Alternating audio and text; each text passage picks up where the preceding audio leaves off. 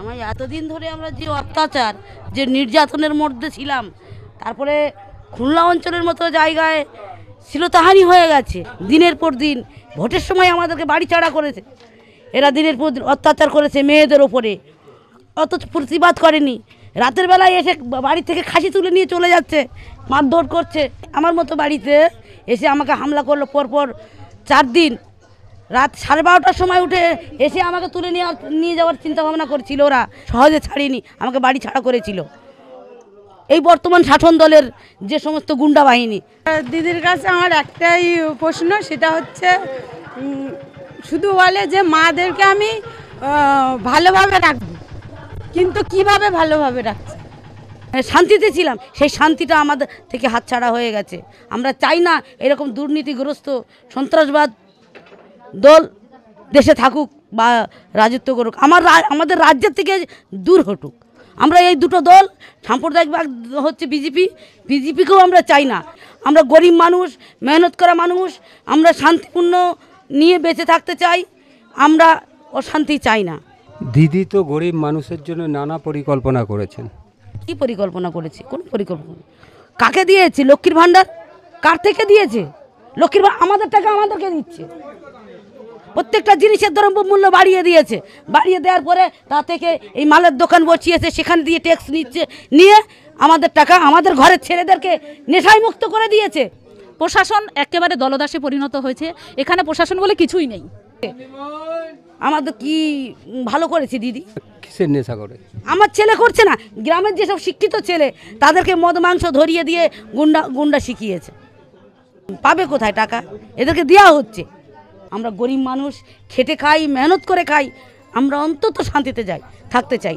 আমরা এরকম সরকার চাই না যে সরকার থাকাকালীন আমাদের দিনের খাওয়া রাতের ঘুম চলে যায়, সেরকম সরকারকে আমরা ধিক্কার জানাই। উনি হচ্ছেন সাম্প্রদায়িকবাদ সরকার, যা দিয়ে হিন্দু মুসলিমের মধ্যে দাঙ্গা বাঁধিয়ে দেবে, আমাদের মধ্যে বিভেদ সৃষ্টি হবে। আমরা এরকম চাই না। আমরা চাই ধর্ম বর্ণ নির্বিশেষে আমরা সবাই মিলেমিশে ভাই বোনের মতো থাকতে চাই।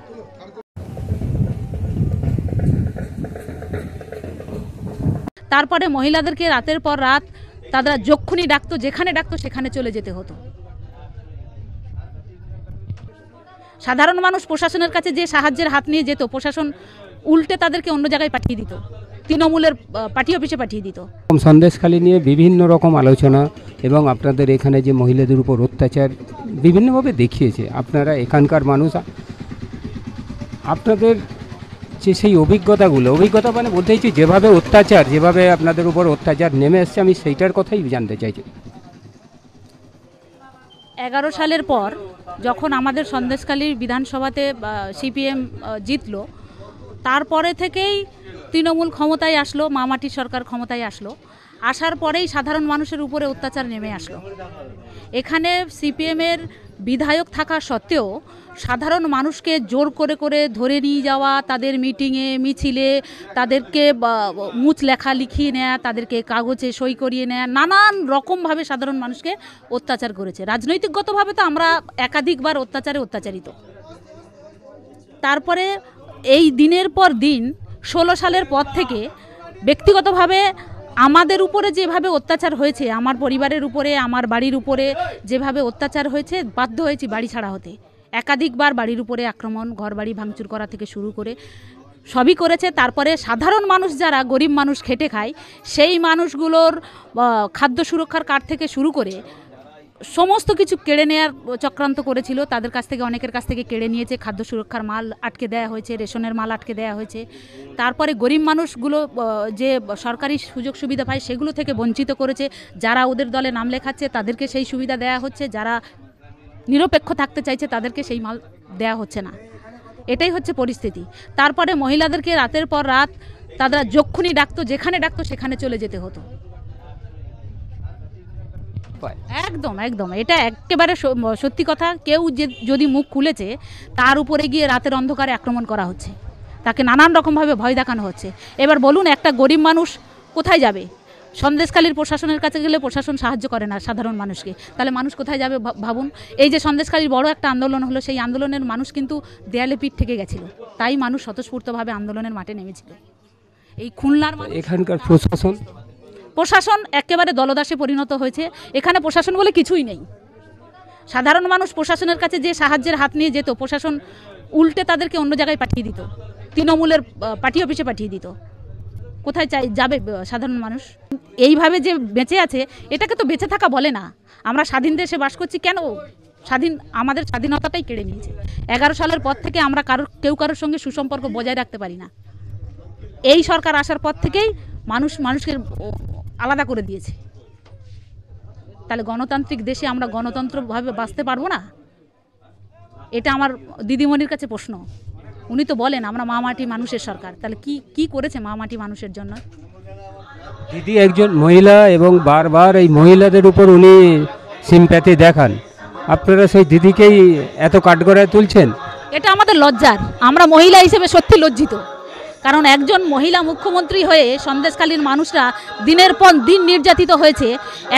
এত কান্না, এত কণ্ঠস্বর ওনার কানে কি পৌঁছায়নি? উনি একবারও আসতে পারতেন না? মানুষের পাশে এসে দাঁড়াতে পারতেন না?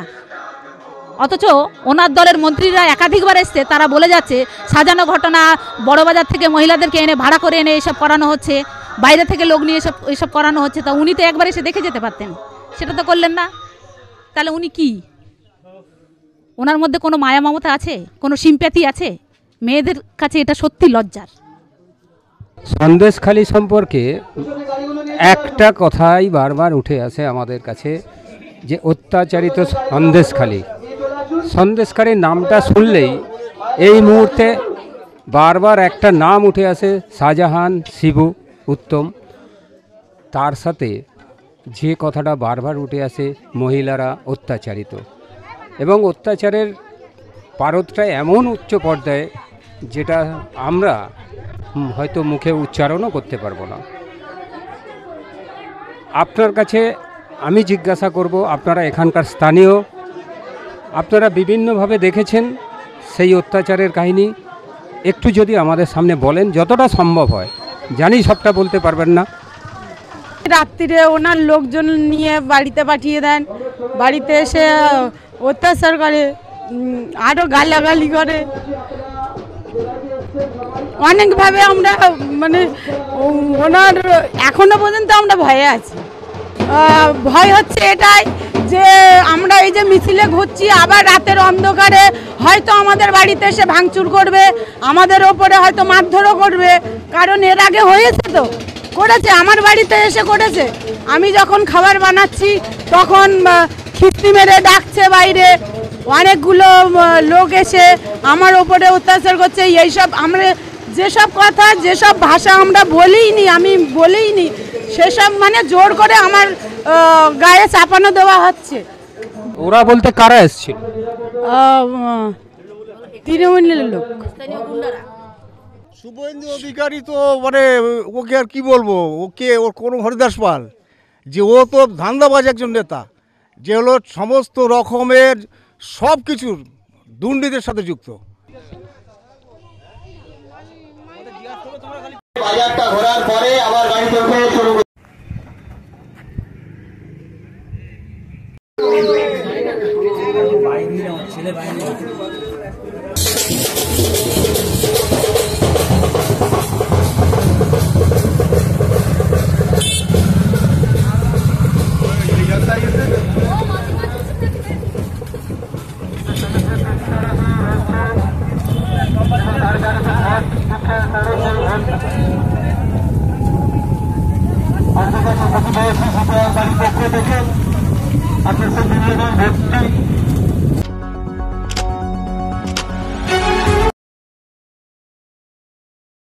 নমস্কার, রাই বাংলা থেকে আমি শুভাশিস। এই মুহূর্তে আমি যেখানে দাঁড়িয়ে আছি সেই জায়গাটার আজকের সময়ে খুবই পরিচিত নাম সন্দেশখালী। আমি আজকে আসতে পেরেছি। আমি যত ঘুরছি ততই নানা রকম তথ্য ভেসে আসছে। কয়েকদিন আগে নাকি প্রেসের ঢোকার অনুমতিই ছিল না, প্রেসকে এখানে তার কোনো রকমভাবে ছবি বা প্রচার করার জায়গাই ছিল না। সেজন্যই কি সন্দেশখালীর এই মহিলাদের উপরে অত্যাচারের নানা কাহিনী চাপা ছিল? নমস্কার, রাই বাংলা থেকে আমি শুভাশিস। এই মুহূর্তে দাঁড়িয়ে আছি একটি পরিচিত নাম, পরিচিত জায়গা, যে জায়গার নাম আজকের সময়ে দাঁড়িয়ে সবাই, যদিও সেই পরিচয়টা আমাদের কাছে সভ্য সমাজের কাছে খুব একটা ভালোভাবে যায় না, সন্দেশখালি। এবং এই এলাকায় আমি আজকে পেয়েছি সিপিআইএম প্রার্থী, লোকসভা নির্বাচনের সিপিআইএম প্রার্থী নিরাপদ সর্দারকে। নিরাপদদা, আপনাকে রাই বাংলাতে স্বাগত। আপনি দুবারের বিধানসভার জয়ী প্রার্থী ছিলেন এবং সেখানে আপনি এখানকার সন্দেশখালি নিয়ে সে আপনার যে দাবি বিধানসভার ভিতরে, কিন্তু তারপরেও সরকার নিশ্চুপ ছিল। এবং আমি যেটা দেখতে পাচ্ছিলাম চতুর্দিকে, এখানে কি চাপা এখনও উত্তেজনা আছে যে মানুষ খুলে কথা বলতে পারে না? আসলে আপনারা দেখবেন যে সন্দেশখালি হচ্ছে আপনার তেভাগ আন্দোলনের পীঠস্থান। দীর্ঘ লড়াই সংগ্রামের ইতিহাস যদি আপনি ঘাঁটেন তাহলে সন্দেশখালির নাম আপনি পাবেন, বেড়মজুরির নাম আপনি পাবেন। সেই তেভাগা লড়াইয়ের একর উজ্জ্বলতম নক্ষত্র হচ্ছে আমাদের বেড়মজুর। ফলে সন্দেশখালি মানুষের একটা বাম ঘটনা বরাবরই ছিল, আগেও ছিল, এখনও আছে। স্বাভাবিকভাবে সন্দেশখালি থেকে জিতে যাওয়া, সন্দেশখালির বিধায়ক হিসেবে থাকবে আর মমতা ব্যানার্জি সরকারে থাকবে, এটা হয় না। যার জন্য মমতা ব্যানার্জি চাইছিল যে সন্দেশখালিকে যেন তেন প্রকারণে এবার তৃণমূলের দখলে আনতে হবে, কিন্তু সন্দেশখালির মানুষ, মা বোনেরা তা চায় না। স্বাভাবিকভাবে না চাওয়ার জন্যে নজর ছিল সন্দেশখালির দিকে। ফলে 2011 থেকেই ধারাবাহিকভাবে আক্রমণ নামে, সেই আক্রমণ নামতে নামতে একেবারে তলানিতে পৌঁছে যায়। শেষ পর্যন্ত বামপন্থা যত দুর্বল হয়েছে তত বেশি মানুষের উপরে আক্রমণ বেড়েছে। আপনারা জানেন, আমরাও জানি, বামপন্থা দুর্বল হলে মানুষের নিরাপত্তা থাকে না। সন্দেশখালির বামপন্থার উপর প্রথম আক্রমণ, সেই আক্রমণকে রক্ষা করতে পারেনি বামফ্রন্ট। ফলে আক্রমণের আরও বেশি দুর্বল হয়েছে তারা, ফলে সাধারণ মানুষের নিরাপত্তা বিঘ্নিত হয়েছে। সম্প্রতি যে ঘটনা ঘটেছে, আপনারা দেখবেন যে আমাদের সন্দেশখালির মা বোনেরা ঐক্যবদ্ধ একটা আন্দোলনে সামিল হয়েছিল। কেন এই আন্দোলন? এই আন্দোলন খুব দরকার ছিল না? দরকার তো বটেই, কারণ তৃণমূলের এত অত্যাচার ছিল, এত আক্রমণ ছিল, শেষ পর্যন্ত মা বোনেদের এইটা ছাড়ার কোনো বিকল্প ছিল না। যখন বামপন্থা একা লড়তে পারছে না, মানুষ যখন দেখছে যারা আমাদেরকে রক্ষা করছিল, যারা আমাদের ইজ্জত নিয়ে যারা রক্ষা করছিল, আমাদের অগ্রগতির জন্য যারা আমাদের পাশে ছিল, সেই শক্তিটা বামপন্থা শক্তি যখন দুর্বল হচ্ছে, আমরা কি করে বাঁচব? তখন তাদের ঐক্যবদ্ধ আন্দোলন করা ছাড়া কোনো পথ ছিল না। তাই ঐক্যবদ্ধ আন্দোলন শুরু হয়েছিল এখানে। মা বোনেদের উপর বহু আক্রমণ হয়েছে। প্রথমত এখানে যে খাস বেস্টের বেনামি জমি দেয়া হয়েছিল, সেগুলো বেদখল হয়ে গেছে, পাট্টা জমি লুট হয়ে গেছে। মা বোনেরা ঘর থেকে বেরোতে পারে না, সাধারণ মানুষ নিজের মতন করে ভোট দিতে পারে না। 11-র পরে থেকে মানুষ ভোটের কথা ভুলে গেছে, মানুষ যে ভোট দিতে হয় এটা ভুলে গেছে মানুষ। মানে বলছেন এখানে ভোটই হয় না? ভোটেই হয় না। আপনারা তো জানেন, দেখেছেন, কোনো টিভিতে দেখুন, মিডিয়াতে দেখুন, এই 11-র পর থেকে ধারাবাহিকভাবে যে ভোট হয়েছে পঞ্চায়েত নির্বাচনগুলোতে দেখুন, সব হচ্ছে অকবার, বিনা প্রতিদ্বন্দ্বিতায় তারা জিতে যাচ্ছে। তার মানে কি এখানে কেউ প্রার্থী দিতে পারতো না? তাই মনে হয় আপনাদের? এত লোক বেরোচ্ছে, আজকে দেখেছেন তো মিছিলটাতে, অর্ধেকের বেশি হচ্ছে মহিলারা। তাহলে প্রার্থী দিতে পারে না বামপন্থীরা, এরকম হয় না। আসলে সন্দেশখালিতে আমরা কাউকে প্রার্থী দিতে দেব না। একচেটিয়া ক্ষমতা দখল চাই শেখ শাহজাহানের নেতৃত্বে, আর শেখ শাহজাহান যাতে একচেটিয়া ক্ষমতা তৃণমূলকে দিতে পারে, তার জন্য মমতা ব্যানার্জি, অভিষেক ব্যানার্জি, তাদের হাত হচ্ছে তার মাথায়। যেন তেন প্রকারণে সন্দেশখালিটা চাই। কেন? সন্দেশখালি হচ্ছে লুট করার একটা উপযুক্ত জায়গা, চারিদিকে নদী দিয়ে ঘেরা, 13টা নদী, 9টা দ্বীপ, বিভিন্ন দ্বীপ এলাকাগুলোতে মানুষের বাস, সামনে সুন্দরবন থেকে বহু কোটি কোটি টাকা সম্পদ করার, লুট করার একটা উপযুক্ত জায়গা এখানে। ফলে এটাকে দখল করতে পারলে যেমন আমি সুন্দরবন থেকে কোটি কোটি টাকা লুট করতে পারবো, তেমনি সন্দেশখালিতে যে সমস্ত সম্পদ আছে, খাস ভেস্টের বেনামি জমি, ভেড়ি, ইটভাটা, সবগুলো লুট করতে পারবো। এবং সবগুলো লুট হয়েছে। শেষ পর্যন্ত মা বোনেদের ইজ্জতে হাত পড়লো, মা বোনেদেরকে ডেকে পাঠাতো পার্টি অফিসে, রাত্রে না গেলে বলতো আমরা লক্ষ্মী ভাণ্ডার দিচ্ছি আর তুমি যাবে না, ইয়ার কি পেয়েছো? লক্ষ্মী ভাণ্ডার এমনি দিচ্ছি তোমাদেরকে। ফলে লক্ষ্মী ভাণ্ডারের চাপে তাদেরকে যেতে হবে, এইটা ছিল তাদের ভিশন তৃণমূলের। ফলে লক্ষ্মী ভাণ্ডার পাই বলে তাকে যেতে হবে। মা বোনেরা মাথা নত করে যেত, আবার ফিরতো। কিন্তু এই অত্যাচার কতদিন? অত্যাচারের দেয়ালে যখন পিঠ ঠেকেছে তখন আন্দোলন হয়েছে। সেই আন্দোলনকে বিজেপি ভেঙে দিল, শুভেন্দু অধিকারী এসে ভেঙে দিল। সেই আন্দোলনকে ভেঙে দিয়ে শুভেন্দু অধিকারী ওই মহিলাদের মধ্যে একজনকে প্রার্থী করলো। মানে একটা রাজনৈতিক দল তার রুচি কত নিম্নমানের, তাদের রুচি কত নিম্নমানের হতে পারে, যেখানে নারীদের ইজ্জত নিয়ে খেলা হচ্ছে, নারীরা তাদের ইজ্জত রক্ষা করার জন্যে সকলে একজোট হয়ে লড়াই করছে, সেই লড়াইকে কোথায় সে সাথ দেবে, সেই লড়াইকে কোথায় সে উৎসাহিত করবে, তা না করে সেই গণতান্ত্রিক আন্দোলন ভেঙে দিয়ে ভোট করার জন্যে প্রার্থী করে তাকে প্রচারে নিয়ে যাচ্ছে বিভিন্ন জায়গায়। আসলে তো সন্দেশখালীর মেয়েদেরকে ঢাল করে তারা অন্য জায়গায় জিততে চাইছে। ওরা তো গণতন্ত্র চায় না। তো বিজেপি কোনো সময় গণতন্ত্র চায় না। গণতন্ত্র চাইলে আমাদের মায়েদের এইভাবে গণতন্ত্র কেড়ে নিতে পারে? আজকের এই সব কিছু ভেঙে মা বোনের ঘর থেকে বেরোচ্ছে। আপনি কিছুদিন আগে অ্যারেস্ট হলেন, সেটা কি এই প্রতিবাদের কারণেই? এখান থেকে যে কেসটা তো এখানকার, আপনাকে ধরা হলো বাঁশদ্রোণী থানা থেকে।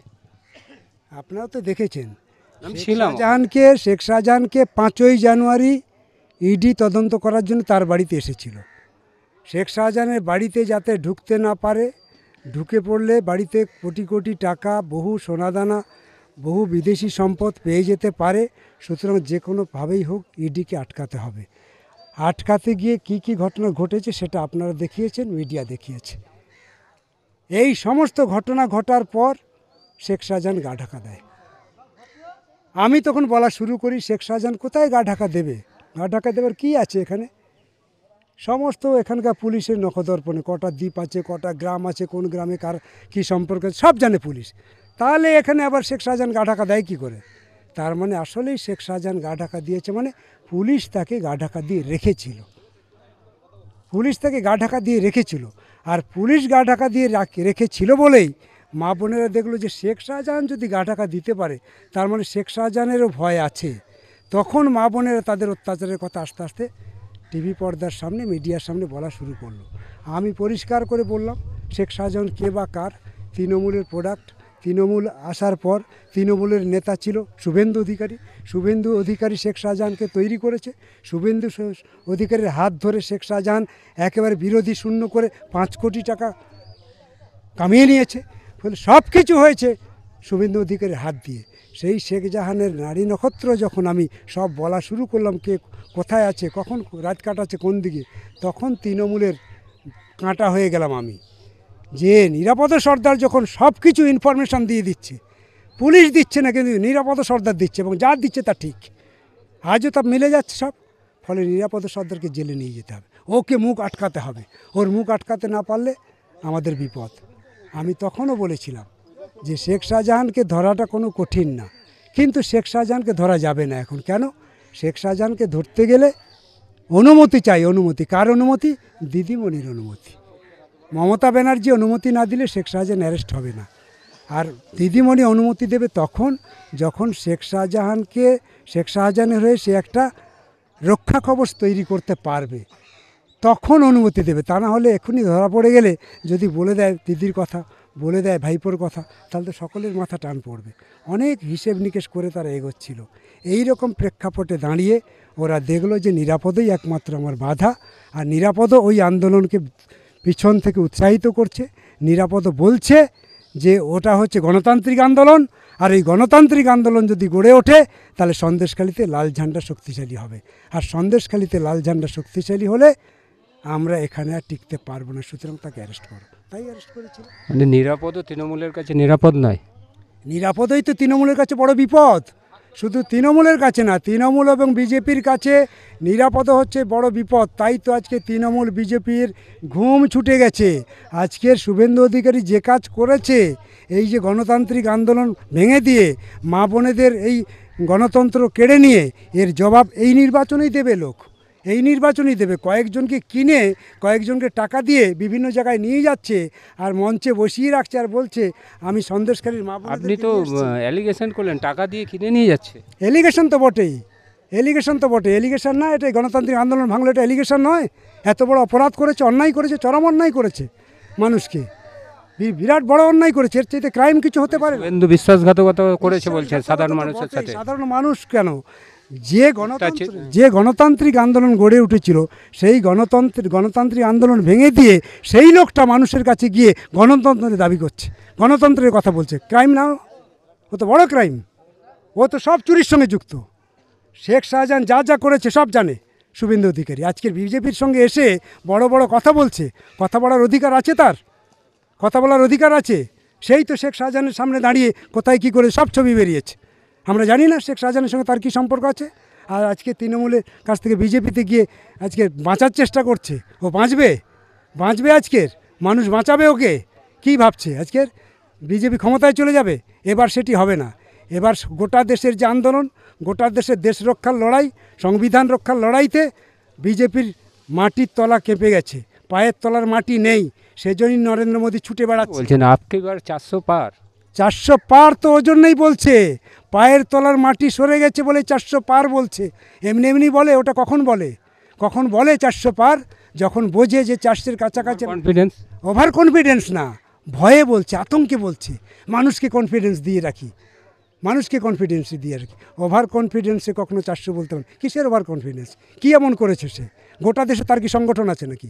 কটা রাজ্যে তার আছে? ওর বিরুদ্ধে অভিযোগ নেই? নরেন্দ্র মোদীর বিরুদ্ধে অভিযোগ নেই? গোটা দেশের সবচেয়ে বড় ক্রাইমার যে, গোটা দেশের সবচেয়ে বেশি যে করাপশন করেছে, পৃথিবীর সবচেয়ে বেশি টাকা যে আত্মসাৎ করেছে, তাকে সব লোক ভোট দিয়ে দেবে? এটা হয় কখনো? তাই যদি হতো তাহলে সন্দেশখালীতে এই জিনিস করলো কেন? ফোনে কথা বলছে, ভাবা যায়? ফোনে কথা বলছে, রেখা পাত্রকে আশীর্বাদ করছে, ভাবটা এরকম দেখাচ্ছে রেখা পাত্র আশীর্বাদী সব লোক ভোট দিয়ে। একজন দেশের প্রধানমন্ত্রী আপনার অপোজিটের ক্যান্ডিডেটকে ফোন করছে, আপনার কাছে এটা ভারী না? কখনোই ভারী না। ভারী কেন হবে? ভারী তখন হয় যখন তাদের রুটি রুজির লড়াই থাকে। আমারও যখন রুটি রুজির লড়াই থাকে তখন ভারী হয়। ও তো জাতির রাজনীতি করছে, ধর্মের রাজনীতি করছে, ধর্ম নিয়ে রাজনীতি মেশাচ্ছে, সবচেয়ে বড় অপরাধ করছে ওরা। ভারী হবে কেন? কখনোই ভারী নয়। ওদের কাছে মানুষ কখনো থাকতে পারে না। মানুষ যত দিন যাবে তত ওদের কাছ থেকে সরতে থাকবে। 34 বছরে কেন এই পরিস্থিতি হলো? যে 34 বছরে আপনাদের সংগঠন, আপনারা বিভিন্নভাবে, সেইখান থেকে একেবারে এই অবস্থান কেন? কেন হবে না এটা বুঝতে হবে আপনাদেরকে। কেন এটা ভাবতে পারেন না? কারণ বামপন্থী কমিউনিস্ট মানে কাদের জন্য? শ্রমিক শ্রেণীর পার্টি, সর্বহারার পার্টি কাদেরকে ঐক্যবদ্ধ করে? গরিবদেরকে ঐক্যবদ্ধ। গরিব কারা? পৃথিবীর সবচেয়ে বেশি অংশটা হচ্ছে গরিব। তাদেরকে যদি ঐক্যবদ্ধ করে তাহলে নরেন্দ্র মোদীরা থাকবে?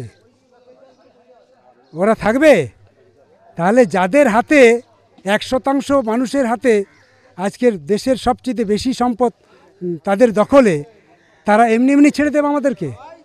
ফলে কমিউনিস্টরা সবসময় আক্রান্ত হয়, বামপন্থীরা সবসময় আক্রান্ত হয়। 40 বছর ছিলাম কি 34 বছর ছিলাম সেটা বড় কথা নয়। প্রতিনিয়ত বামপন্থীরা হচ্ছে তাদের কাছে শত্রু। এদেরকে সবসময় পরাস্ত করতে হবে। এটাই হচ্ছে বুর্জুয়া ধনিক শ্রেণী তাদের লক্ষ্য, কোটিপতি তাদের হচ্ছে লক্ষ্য। শ্রমিক শ্রেণীকে সবসময় পদানত করতে হবে। শ্রমিক শ্রেণীকে শোষণ করতে না পারলে কোটিপতি হওয়া যায় না। যারা কোটিপতি হয়েছে ওই টাকাটা যদি রাখতে হয় তাহলে তো এদেরকেই শোষণ করতে হবে, এদেরকে থামাতে হবে। সেই জায়গায় দাঁড়িয়ে 34 বছরে আমি সবসময় থাকবো তা তো হয় না। 34 বছর সবচেয়ে বড় পাওনা কি? মানুষ গণতন্ত্র পেয়েছিল, মানুষ ভোটাধিকার পেয়েছিল, মানুষ শান্তি পেয়েছিল, মানুষ জমি পেয়েছিল, মানুষ এডুকেশন পেয়েছিল, মানুষ তার মতামত প্রয়োগ করার সুযোগ পেয়েছিল। এটা আমরা দিতে পেরেছিলাম। তার মানে আমরা চিরজীবন থাকবো এটা তো হয় না।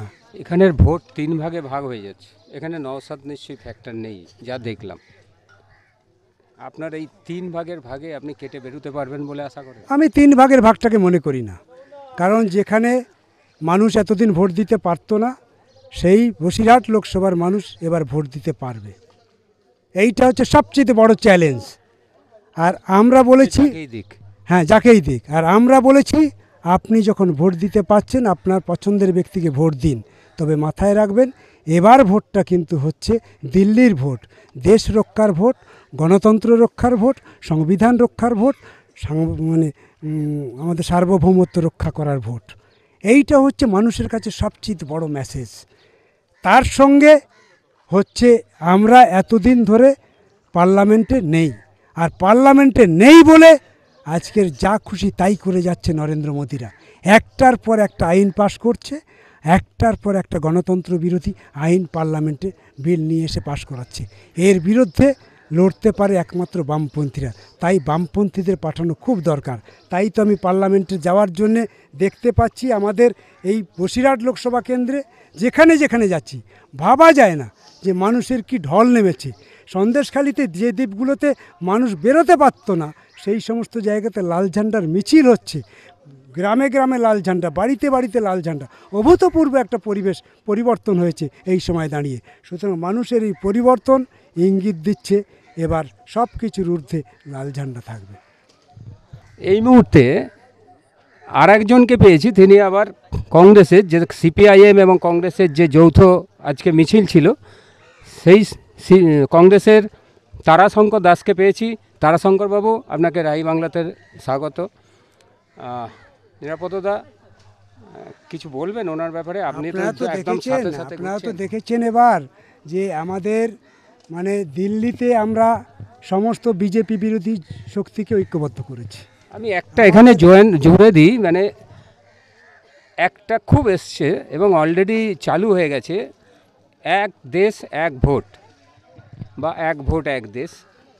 এইটাকে মানুষের কাছে কতটা নিয়ে যেতে পাচ্ছেন বা এটা বোঝাতে পাচ্ছেন কি না, এটাও আর একটা বড় প্রশ্ন। এক দেশ এক ভোট মানুষ চায় না, বিজেপি এটাকে নিয়ে যাওয়ার চেষ্টা করছে। আমরা তার বিরুদ্ধে গোটা দেশের সমস্ত বিজেপি বিরোধী শক্তিকে একজোট করেছি। সেই শক্তিকে ভাঙার চেষ্টা করেছে নরেন্দ্র মোদী, পারেনি, সবটা কিছুটা ভেঙেছিল, আবার জোড়া লেগেছে। আমাদের রাজ্যেও তাই, আমরা তৃণমূল এবং বিজেপির বিরুদ্ধে সব শক্তিকে ঐক্যবদ্ধ করার চেষ্টা করেছি। ইতিমধ্যে আপনারা দেখেছেন আমাদের রাজ্যে বামফ্রন্ট এবং কংগ্রেস সর্বত্রই একসঙ্গে একজোটে বিভিন্ন জায়গায় তারা প্রার্থী দিয়েছে আলোচনার ভিত্তিতে। বিরাট আলোচনা হয়েছে, অনেক আলোচনা হয়েছে। আমরা সঙ্গে নিতে চেয়েছিলাম আইএসএফকে, আইএসএফ সঙ্গে থাকলো না, সেটা তাদের বিষয়। কিন্তু ওরা এরকম একটা ঐতিহাসিক লড়াইতে তারা শরিক হতে পারল না, এটা তাদেরই ব্যর্থতা, আমাদের চেষ্টার ত্রুটি ছিল না। কিন্তু আমরা এই মুহূর্তে সন্দেশখালিতে আমাদের বসিরহাট লোকসভা কেন্দ্রে কংগ্রেস বামফ্রন্ট যৌথভাবে গোটা লোকসভা কেন্দ্রে, আমি ইতিমধ্যে 7টা বিধানসভায় ঘুরে এসেছি, আমরা যোগে একসঙ্গে আমরা কংগ্রেসের সঙ্গে আন্দোলন করছি, মিটিং করছি, মিছিল করছি, সর্বত্রই সভা হচ্ছে, সমিতি হচ্ছে, পাড়া বৈঠক হচ্ছে, একই সঙ্গে হচ্ছে। কালকে বসিরহাট আমি পাড়া বৈঠক করেছি, একসঙ্গে করেছি। ফলে আমরা একসঙ্গে লড়ে তৃণমূল এবং বিজেপিকে পরাস্ত করতে চাই। আমার সামনে আজকে দেখতে পাচ্ছেন কংগ্রেস নেতা আছে। আমাদের এই বিধানসভা কেন্দ্রের, বসিরহাট বিধানসভা কেন্দ্রের আহ্বায়ক হচ্ছেন আমাদের তারাশঙ্কর দাস, তৃণমূলের জাতীয় কংগ্রেসের নেতা। উনি বলবেন আপনার সামনে, উনি আছেন আজকে সকাল থেকে। দুজন নেতা আছেন, আমাদের পূর্ণেন্দু মৃধা, উনিও আছেন। সকাল থেকেই তারা আমাদের সঙ্গে ঘুরছেন, সেই সকাল 7টা থেকে বেরিয়েছেন। ওরা থাকবেন। সন্ধেবেলা আমাদের সভা আছে, একটা প্রকাশ্য সমাবেশ আছে, সেই সভাতেও তারা বলবেন। এখন বলবেন আপনার সামনে তারাশঙ্কর দাস। এই লোকাল ইস্যুর ব্যাপারেই জিজ্ঞাসা করব। লোকাল ইস্যু বলতে যেটা হচ্ছে মহিলাদের আন্দোলনটা, এই আন্দোলনের মূল হচ্ছে নিরাপদ সর্দার, যেখানে ভিত্তিপ্রস্তর তৈরি করেছিল। শাহজাহানকে যখন ইডি রেড করে, রেডের মধ্য দিয়ে যখন শাহজাহান তার নিজের সম্পত্তি লুকানোর জন্য সমস্ত কিছু যাতে ফাঁস না হয় তার জন্য নিরাপদ সর্দার, এই শাহজাহান ভাই ওদেরকে পিটিয়ে তাড়ালো। তারপরে প্রতিবাদী হলো নিরাপদ সর্দার, যে বর্তমান আমাদের মানে বাম কংগ্রেসের যৌথ প্রার্থী। উনি প্রতিবাদ করত, ওনার চ্যানেলের মধ্য দিয়ে যে সমস্ত মানে কথাগুলো বলেছিল সেটা কখনো ওরা মেনে নিতে পারেনি। সেটা হলো বিজেপি হোক আর টিএমসি হোক, ওই দুই দলই যৌথভাবে চিন্তা ভাবনার মধ্য দিয়ে নিরাপদ সর্দারকে অ্যারেস্ট করলো। মানে বেসিক্যালি শুভেন্দু অধিকারী তৃণমূলের সুবিধা করে দিল। শুভেন্দু অধিকারী তো মানে ওকে আর কি বলবো, ওর কোনো হরিদাস পাল, যে ও তো ধান্দাবাজ একজন নেতা, যে হলো সমস্ত রকমের সব কিছুর দুর্নীতির সাথে যুক্ত। যখন ওই ক্যাবিনেটের মন্ত্রী ছিল, আজকে দেখুন এতগুলো শিক্ষার্থী মানে যারা তাদের চাকরি বাতিল হলো, এর সঙ্গে তো ও যুক্ত। তখন তো 16 সালে তখন তো ছিল, তাহলে 21 সালে ও জয়েন করছে বিজেপিতে। যখন ওর বিরুদ্ধে বিভিন্ন রকম অভিযোগ আসা শুরু হচ্ছে ভিতর থেকে, তখন ও অলরেডি চলে গেল বিজেপিতে। নিজের দুর্নীতি যাতে প্রকাশ না, তার জন্য বিজেপিতে জয়েন করলো। এখন এখানে এসে দেখছে ঘোলা জলে মাছ ধরার চেষ্টা করছে। ওই যে বর্তমানে যে আমাদের প্রার্থী এখানে যে রেখা পাত্র হয়েছে, সে একজন বাড়ির মানে গৃহবধূ। সে এখনও পর্যন্ত সে রাজনীতির সাথে যুক্ত ছিল না।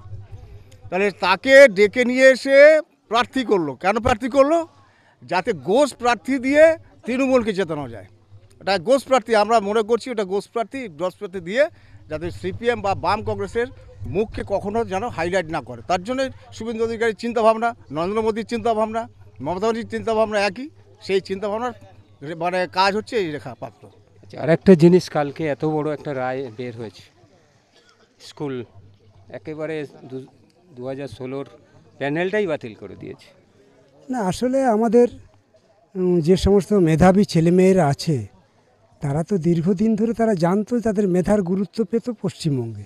তৃণমূল আসার পর সেই মেধার কোনো দাম নেই। হ্যাঁ, টাকা যে দেয় সেই তার চাকরি পেয়ে যায়। ফলে মেধায় যাদেরকে আমরা গুরুত্ব দিতাম সেই মেধা তালিকা যাদের নাম ছিল তারা চাকরি পেল না। ফলে তাদের দীর্ঘ লড়াই আপনারা দেখেছেন। কালকের যে রায় হয়েছে সেই রায় আমি বলবো যে কোর্ট মানে ঠিক সময় উপযোগী, যথোপযুক্ত এবং যথাযথ গুরুত্বপূর্ণ সিদ্ধান্ত নিয়েছে। কারণ রাজ্য সরকার বারে বারে কোর্টে যাচ্ছে আর ধাক্কা খাচ্ছে, তবু তার হুঁশ ফিরছে না। বারে বারেই বলেছিল যে আপনি এইভাবে এদেরকে চাকরি দিতে পারেন না। এদেরকে চাকরি দেওয়ার জন্যে মানে দুর্নীতি কত রকমভাবে করা যায় দেখুন। মানে অন্যায় করে মানুষ, একবার অন্যায় করার পর অন্তত সংশোধন হয়ে যায়। 17 রকমের দুর্নীতি হয়েছে ওইটুকুর মধ্যে। মমতা ব্যানার্জির হুঁশ নেই, ও চায় না, ওর জ্ঞানকম্বি এত টনটনে যে ওর মানে কোর্টের রায়ও মানে না। ফলে সে কি করলো, দুর্নীতি হয়েছে ধরা পড়লো, তারপরে করলো কি যে ওদের জন্য একটা আলাদা পদ তৈরি করলো, অতিরিক্ত স্পেশাল পদ তৈরি করেছে। বুঝুন তো মানে কত বড় অন্যায় এটা করা যায়।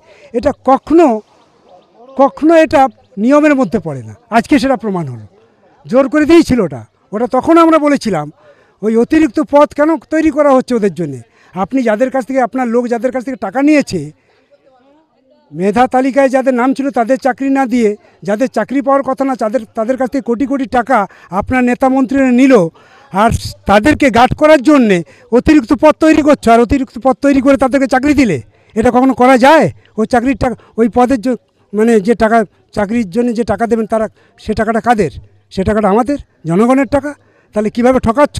আজকের কোর্ট ধরে ফেললো যে ওইভাবে করা যায় না, কোর্ট পুরোটাই বাতিল করে দিল।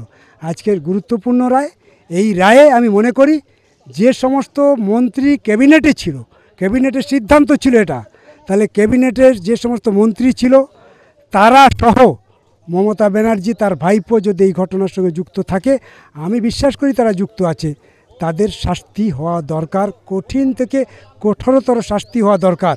মমতা ব্যানার্জি আছে কেন? অন্য কেউ হলে তো পদত্যাগ করতো। আপনি এইদিকে কঠিন শাস্তির কথা বলছেন, কিন্তু তৃণমূলের লোকেরা আমি কালকে দেখেছি শহরে নাকতলার মতো জায়গায় বলছে যে যদি কিছু থাকতো তাহলে এদের অভিষেককে ধরতো না। এটাই তো হচ্ছে তৃণমূলের নাটক। এদের তো আত্মসম্মান বোধ বলে কিছু নেই। মমতা ব্যানার্জিকে দেখেছেন, যতবার চোরেদেরকে ধরে নিয়ে গেছে পুলিশ ততবার সে ছাড়িয়ে নিয়ে এসেছে। যখন চোরেদেরকে সিবিআই ধরাধরি করছে তখন বসে সে রাজীব এর সময় দেখেছেন কীভাবে রাস্তায় বসে গেল। অর্থাৎ চোরের পক্ষে হচ্ছে মমতা ব্যানার্জি। ফলে চোরের পক্ষে তার কিছু লোক আছে, তৃণমূলের কিছু লোক আছে, তারা এইটা করছে। গোটা দেশের লোক দেখছে, গোটা রাজ্যের লোক দেখছে, আইন বলছে, ওরা আইন মানে না, ওরা আইন বলে মানে না তো। ফলে ওরা আইন চুলোয় যাক, ওরা যেটা ভাবছে যেটা মনে করে সেটাই ঠিক। সেই জন্য মমতা ব্যানার্জি এরকম বলে বেড়াচ্ছে। কালকেরও মিটিংয়ে বলেছে মমতা ব্যানার্জি যে ভোটের সময় এইটা করতে হলো, আজকের এতগুলো লোকের চাকরি খেলো, এত লোকের করে চাকরি খায়নি তো, এত লোকের কাছ থেকে তুমি টাকা চুরি করেছো সেইটা ধরা পড়বে এবার। ও যেটা হাইলাইট করছে ওটা হাইলাইট নয়। ও যে মিটিংয়ে বলছে যে এই যে 26,000 ছেলেমেয়ের চাকরি চলে গেল আজকের এই কোর্টের রায়ের জন্যে, এ অন্যায় করেছে, এটা হয় না। আসলে অন্যায় হয়নি, অন্যায় কে করেছে সে দুদিন পরে জেলে যাবে, পার পাবে না মমতা। মুখ্যমন্ত্রী জেলে যাবেন বলছে, জেলে যাওয়া উচিত। এখনো বাইরে আছে কেন সেটাই তো ভেবে পাই না। আমরা কোন রাজত্বে বাস করছি, কোথায় বাস করছি? আমাদের রাজ্যের বিভিন্ন রাজ্যের মুখ্যমন্ত্রীরাও তো জেল খাটছেন, তাদের চাইতে অনেক বেশি অপরাধী আমাদের রাজ্যের মুখ্যমন্ত্রী, অথচ তাকে জেলে নিয়ে যাওয়া হচ্ছে না। এখানেও তৃণমূল এবং বিজেপির মধ্যে যে গোপন রহস্য জড়িয়ে আছে এ বিষয়ে কোনো সন্দেহ নেই। সেটিং মমতা ব্যানার্জি এখানে থাকুক এটা নরেন্দ্র মোদী চায়, নরেন্দ্র মোদী মমতা ব্যানার্জিকে এখানে রাখতে না পারলে যতটা শক্তি পেয়েছে পশ্চিমবঙ্গে সেটা আস্তে আস্তে করে শুকিয়ে যাবে। নরেন্দ্র মোদী খুব ভালো করে জানে পশ্চিমবঙ্গের মাটিতে ওই জাতপাতের রাজনীতি আর ধর্মের সুড়সুড়ি দিয়ে ক্ষমতা দখল করা কঠিন। ফলে এখানে যদি আমাকে টিকতে হয় মমতা ব্যানার্জি দরকার। তাই তো 98-এর আগে বিজেপি ছিল, এখানে ছিল। তাহলে তৃণমূল তৈরি হওয়ার পর বিজেপি আসলো কার হাত ধরে? মমতা ব্যানার্জি হাত ধরে। আজকের আস্তে আস্তে করে বাড়তে থাকবে। মমতা ব্যানার্জি না থাকলে বিজেপি থাকবে না। সেই জন্য মমতা ব্যানার্জি বিজেপি দুজনের সঙ্গে পরস্পরের সম্পর্ক আছে, এটা থাকবে। তো অমিত শাহ বলেছে কোনো সেটিং নেই। ওরা বলবে সেটিং আছে, অমিত শাহ বলবে সেটিং আছে, ওই বলবে সেটিং আছে, হোম মিনিস্টার বলছে নরেন্দ্র মোদী বলবে সেটিং আছে। ওরা বলবে আর লোকে বুঝবে, সেটিং আছে কি না। এবার তালিকাটা দেখুন না, ভোটার লিস্টে এই ভোটের যে নামের তালিকা ক্যান্ডিডেটের, ওইটা দেখুন কার দিকে কে আছে। যে চোরের খাতায় নাম ছিল যার কালকের, আজকের সেখান থেকে বাঁচার জন্য চলে গেছে বিজেপিতে। আজকে যে বিজেপিতে ছিল আজকের প্রার্থী হয়নি, চলে গেছে তৃণমূলে, সেখানে প্রার্থীর নাম ঘোষণা হয়েছে। কোথায় তফাৎ এদের? পার্থক্যটা কোথায় বলুন না, পার্থক্যটা কোথায়? সবাই বলে তো, এই যে বলছিল আমাদের কংগ্রেসের নেতা শুভেন্দু অধিকারী, ও আবার একটা ব্যক্তি হলো নাকি? ওই তো সবচেয়ে বেশি চুরি করেছে। ফলে এখানে সেটিং, ওরা বলবে আমি নেই, এ বলবে আমি আছি, আমি নেই, দুজনে এরকম বলতে থাকবে। মানুষ বুঝবে, মানুষের যা বোঝার তো বোঝার সময় এসেছে, এবার নির্বাচন তার বিচার হবে। অসংখ্য ধন্যবাদ নিরাপদতাকে এতক্ষণ ধরে সময় দেওয়ার জন্য।